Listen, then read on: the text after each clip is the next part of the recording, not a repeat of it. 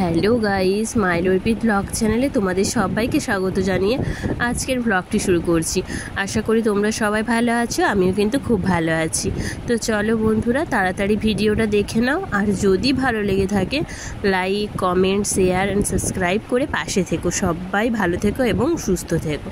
তো চলো তোমরা পুরো ভিডিওটা দেখতে থাকো, আর কেমন লাগলো তা কিন্তু কমেন্ট বক্সে কমেন্ট করে জানাতে একদম ভুলবে না, আর স্কিপ না করে একদম লাস্ট পর্যন্ত দেখে নাও। তো এখানে দেখো সকালবেলায় সোনা পাপা ঘুম থেকে উঠে পড়েছে, তো একটুখানি খেয়েছে, তো সামান্য একটু, কারণ সকালবেলা একদম কিচ্ছু মুখে দিতে চায় না। আর এই যে দেখো যাচ্ছে ঠাম্মির সাথে, তো এখানে পড়াশোনা করতে যাচ্ছে স্কুলে।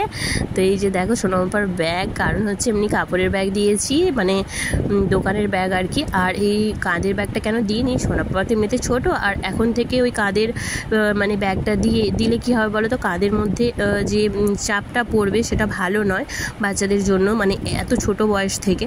তো তার জন্য আর কি এই সাইডের ব্যাগটা, তো সাইডের ব্যাগটা সবসময় থাকবে না, ঠাম্মি নিয়ে নেবে হাতে। তো একটুখানি আর কি নিয়ে দেখছিলাম যে সোনা পাপা আর কি নিয়ে রাখতে পারে কি না, আর ওর কতটা আনন্দ বা এক্সাইটেড সেটা দেখে আমাদের খুব আনন্দ হচ্ছিল। তো তার জন্য একটুখানি রেখেছিলাম, মানে সবসময় কিন্তু ওর কাঁধের মধ্যে থাকবে না, কারণ বই, স্লেট, পেন্সিল এগুলো রয়েছে, তো ওরও একটা ভার রয়েছে।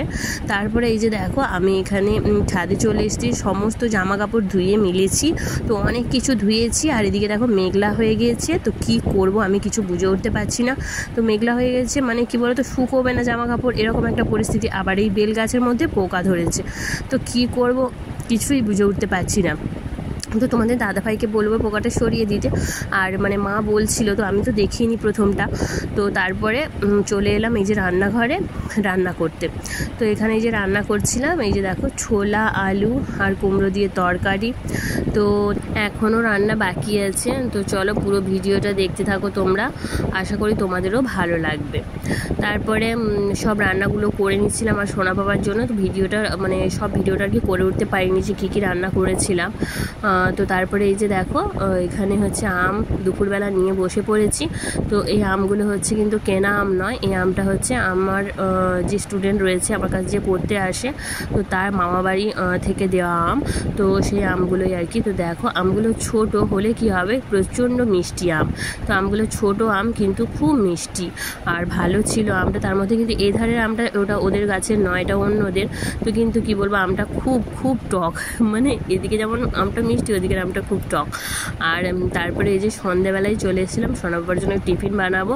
আর আমি বিকালবেলায় পড়াতে বসি, তো বিকালবেলায় পড়ানো আমার হয়ে যাবার পরে সন্ধ্যাবেলায় চলে এসেছি সোনা বাবার জন্য টিফিন তৈরি করতে। অল্প মানে 3টে খেজুর ছাড়িয়ে নিয়েছি আর পাতা চিড়ে। তো এই চিড়েটা কিন্তু আমি ফার্স্ট টাইম ট্রাই করছি সোনা বাবার জন্য। তো এমনি চিড়ে তো ভালো লাগবে না মুখে, তার জন্য অল্প করে খেজুর দিয়েছি, দিয়ে আর দেখো ধুয়ে তারপরে মিক্সির মধ্যে দিয়েছি, ভালো করে মানে সুন্দর একটা পেস্ট করে নিয়েছি। আর তারপরে এটাকে একটু কড়ার মধ্যে একটু নেড়ে নেব। তো এত সুন্দর হয়ে গেছে পেস্টটা যে খুব সুন্দর, আর এটা করলে কিন্তু বাচ্চাদের খেতে খুবই সুবিধে হবে। আর এইভাবে দেখো কড়ার মধ্যে নেড়ে নিচ্ছি, তো ভালো করে একটু নেড়ে চেড়ে নেব। তো তারপরে গ্যাসটা অফ করে দেব। অফ করে দেওয়ার পরও এখনও কিন্তু বাকি রয়েছে, তো এই স্টেপগুলো কিন্তু মেনে চললে বাচ্চারা খুব সুন্দরভাবে খেয়ে নেবে, কোনো অসুবিধে হবে না খেতে। তো এই পাতা চিড়েটা কিন্তু আমি ফার্স্ট টাইম সোনা বাবার জন্য তৈরি করছি, আমি কিন্তু আগে কোনোদিনও খাওয়াইনি। তো প্রথমে কিন্তু আমি যে লাল চিড়েটা হয় সেটা একবার খাইয়েছিলাম, তো সেটা আমার মানে সোনা বাবা খেতে চাচ্ছিলই না।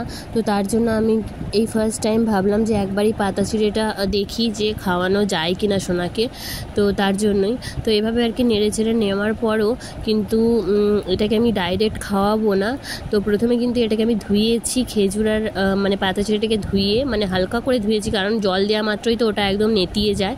তারপরেই মিক্সির মধ্যে দিয়েছি, অল্প সামান্য একটু জল দিয়ে আর কি দিয়েছি। তারপরে কড়ার মধ্যে লো ফ্লেমে একটু ভালো করে নেড়ে চেড়ে তারপরে কিন্তু আমি মানে ছাঁকনির মধ্যে দিয়েছি। তো দিয়ে আর কি চামচ দিয়ে, যেহেতু খাবারটা গরম, চামচ দিয়ে নেড়ে নিয়েছি। তো দেখো এইভাবে এই যে খেজুরের যে দানাগুলো সেগুলো কিন্তু ছাঁকনির মধ্যে রয়ে যাবে, আর এই দেখো একটা স্মুদি পেস্ট কিন্তু বেরিয়ে আসবে, খুব সুন্দর। তো দেখো সোনা বাবাকে খাওয়াতে গেলে কিন্তু এরকমই একটা অবস্থা হয়। তো এমনটা তো হওয়ার ছিল, এটা তো সবাই জানো যারা আমার ভিডিও দেখো।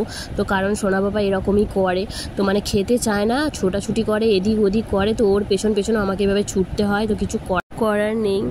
তো এমন তো আমার সাথে মানে কি বলবো, সব দিনই হয়, প্রত্যেকটা দিন আমার সাথে এরকম হয়। তারপরে এই যে দেখো সন্ধ্যাবেলায় ভাবলাম একটু কফি খেয়ে নিই, যেহেতু ওয়েদারটা একটু ঠান্ডা ঠান্ডা ছিল, তার জন্য ভাবলাম একটু কফি খেয়ে নিই। তারপরে সন্ধ্যাবেলায় টিফিনে করছিলাম একটুখানি পাস্তা।